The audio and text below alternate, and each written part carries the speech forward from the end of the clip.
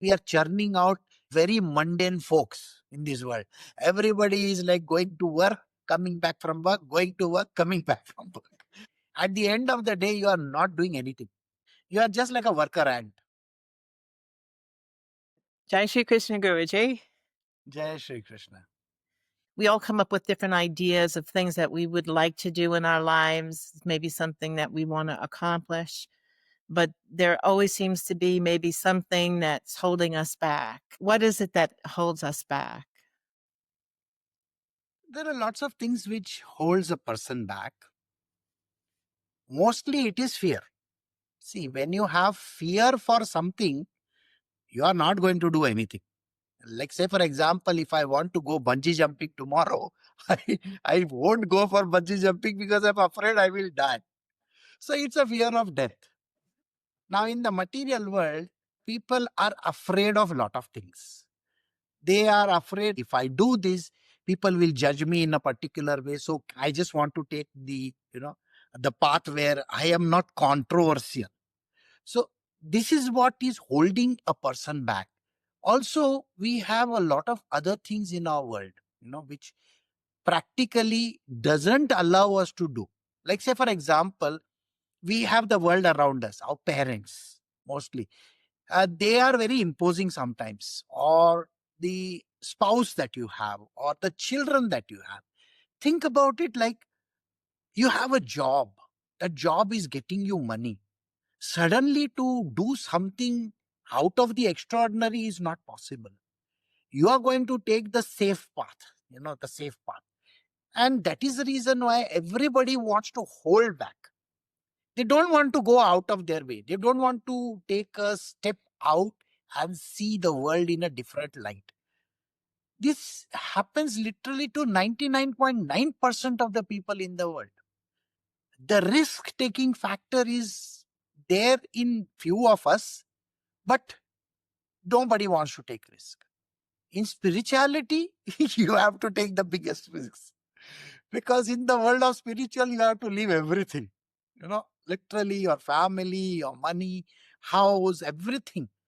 And those who join spirituality as a sannyasi or whatever, for them it is extremely tough. Like you don't even know where your next food is going to come from. That is also a very big fear in the life of people. Then we also have something which is called failure. I am afraid that I will fail. See, if I want to do something, before I do it, I am afraid that if I do this, I am going to fail. Why should I do it? See, this failure part is also there within literally all of us. Why should I do it? Why should I do it? Then another thing which doesn't allow us to do is we don't want to take steps into an unknown. Suppose you tell the child, go to this place on his own. Children are afraid. You will find that whatever their upbringing is, they don't want to explore beyond their means. So they'll say, no, this is a safe place. Even a mother and a father, when you see in the parks, they will want their children within their eyesight. They don't want to allow them to go somewhere. Here also, we have a child over here who comes to our place regularly. He broke his wrist. That happened because he was trying some stunts on that monkey walk that is there. But that kind of determination and the kind of thing that a person requires to step out of the comfort zone, we build ourselves a comfort zone. So to step out of that comfort zone is very, very tough for a person. And these are a few things which can hold us back into doing something impossible. Yes, Guruji. Oftentimes you hear that we have a voice in our head that's holding us back. But is there a wise person in there that can push us ahead? Yes, of course. All of us have that secret small voice talking somewhere in our head. We say it's the voice of reason. Please understand this. There is a voice of reason on one side, and there is a voice of unreason also on on the other side. So many a times we want to do the unreasonable thing. But then we want to be cautious. Everybody wants to be cautious. And that is the reason why that voice of reason is what we hear. You will find that today's day and age, people follow the traditional path. Let's say, for example, a child, or rather the grown up boy who is there, will want to go to school, will want to take up education in an institution which is, say, sanctioned by the government, those kind of schools and colleges. And then he wants to have a steady income and a steady job.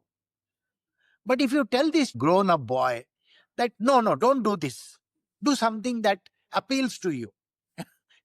You want to go as an explorer, go. But this is exactly what happened during the pandemic. You should be aware of this.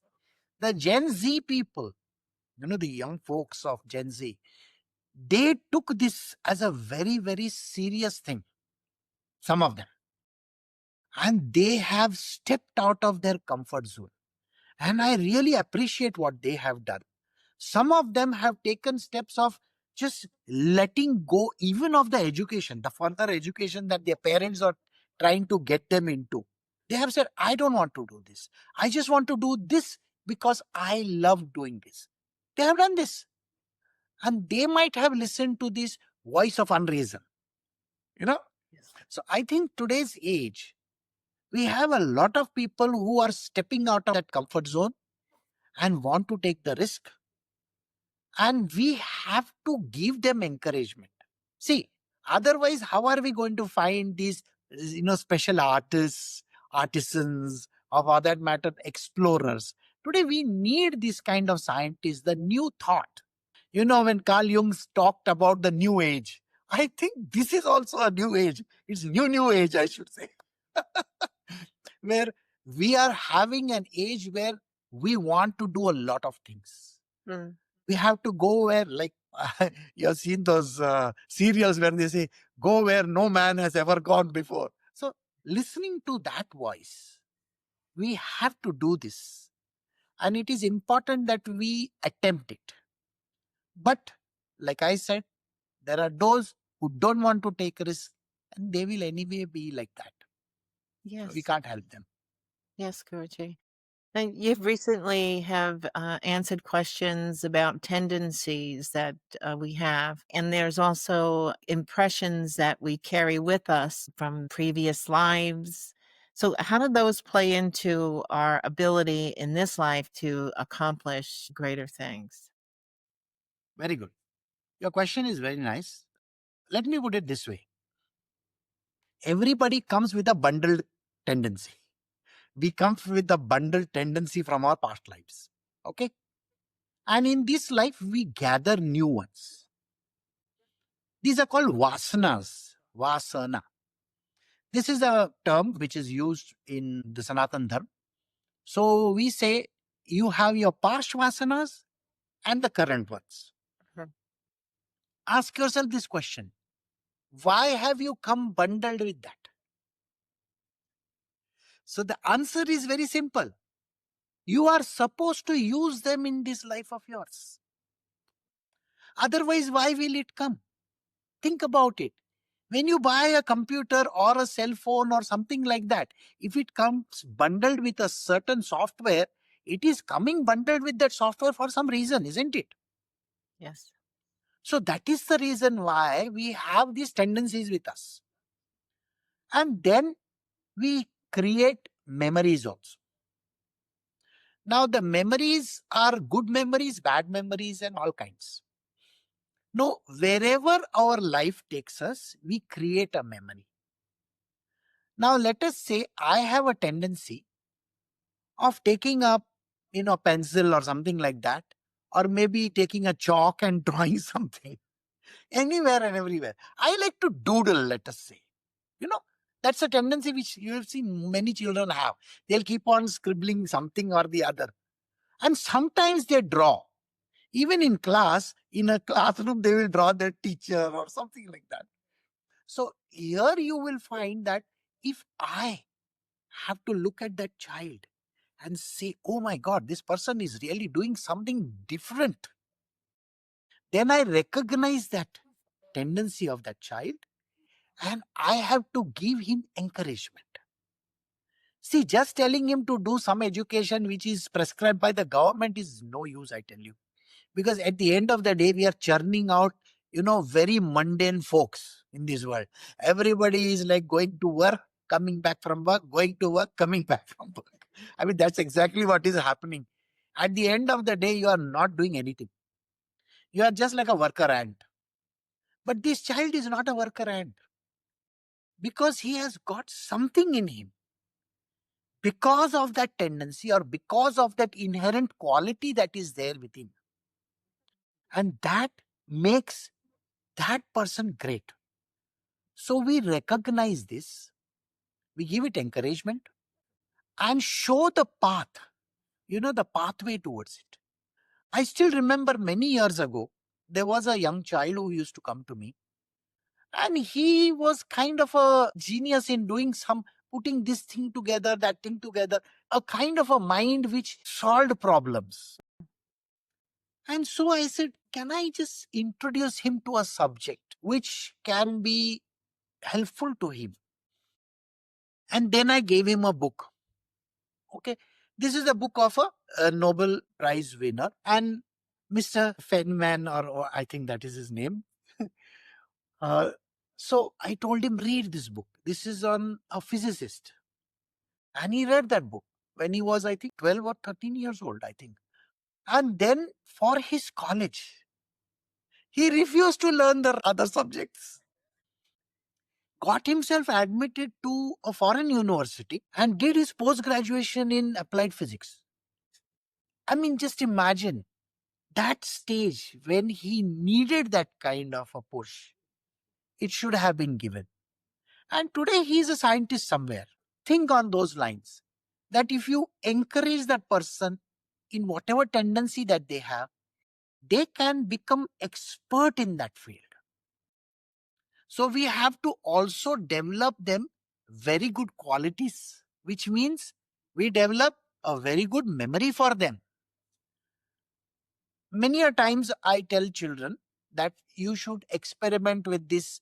You get those chips available in the marketplace, small ones. And with that, create a computer of your own. It's easy. It's easy. It's actually nothing but putting the parts together and stuff like that. And it is so simple and so easy that they can start building their own PCs at home. Because everything is available online. You can buy that stuff. You can create your own and you can do whatever you feel like. See, today, how do you create a PC? By putting X, Y, Z, ABC, all these parts together and then working out on some kind of a software, which is available in the marketplace. And that will come to you for maybe, half the price of what you're going to pay otherwise. So think on those lines. So you have to encourage these children. There are some children who are interested in, say, let us say plants, so show them that pathway. When they can take up that subject, maybe, we don't try to encourage agriculture or those kind of things. But you are living in a farmland. You understand how honey is to be made. You make honey at home. And you have found the joy in that. And yesterday when you sent me those beautiful pictures of harvesting the honey, I felt very happy with it because you are doing something which is different. So in our case, encouraging the person in doing what they are good at, it is a God-given ability. Think like that. God has given that person the ability and the toolkit to create that beautiful person that is going to be there. And we have to induce that person to use those kind of tendencies so that they can become better human beings. Yes, Guruji.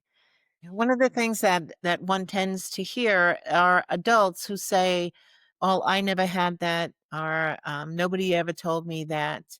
So, what is it that parents can actually do to not create those limiting beliefs in their children? See, today we are at the dawn of information age. You have seen young children of 4, 5, and 6 years old also using ChatGPT, Google, and all these things. You and I were kids, At that time, the only place where we could get information was the library. And the library hardly had any books. The people who were interested in reading books in the library used to read fiction and non-fiction, those kind of things. But think, there used to be childcraft books in the past. Then there was another company called Dorlink Industry. They used to do DK books. And a lot of these beautiful books were there. But they were very expensive. Encyclopedia Britannica and all those. So the only place to go at that time was to the library. Even television was not there during my childhood, I remember. And later on came the year 2000, where the whole world changed. Now everything is there in the palm of your hand. Knowledge is there on the palm of your hand.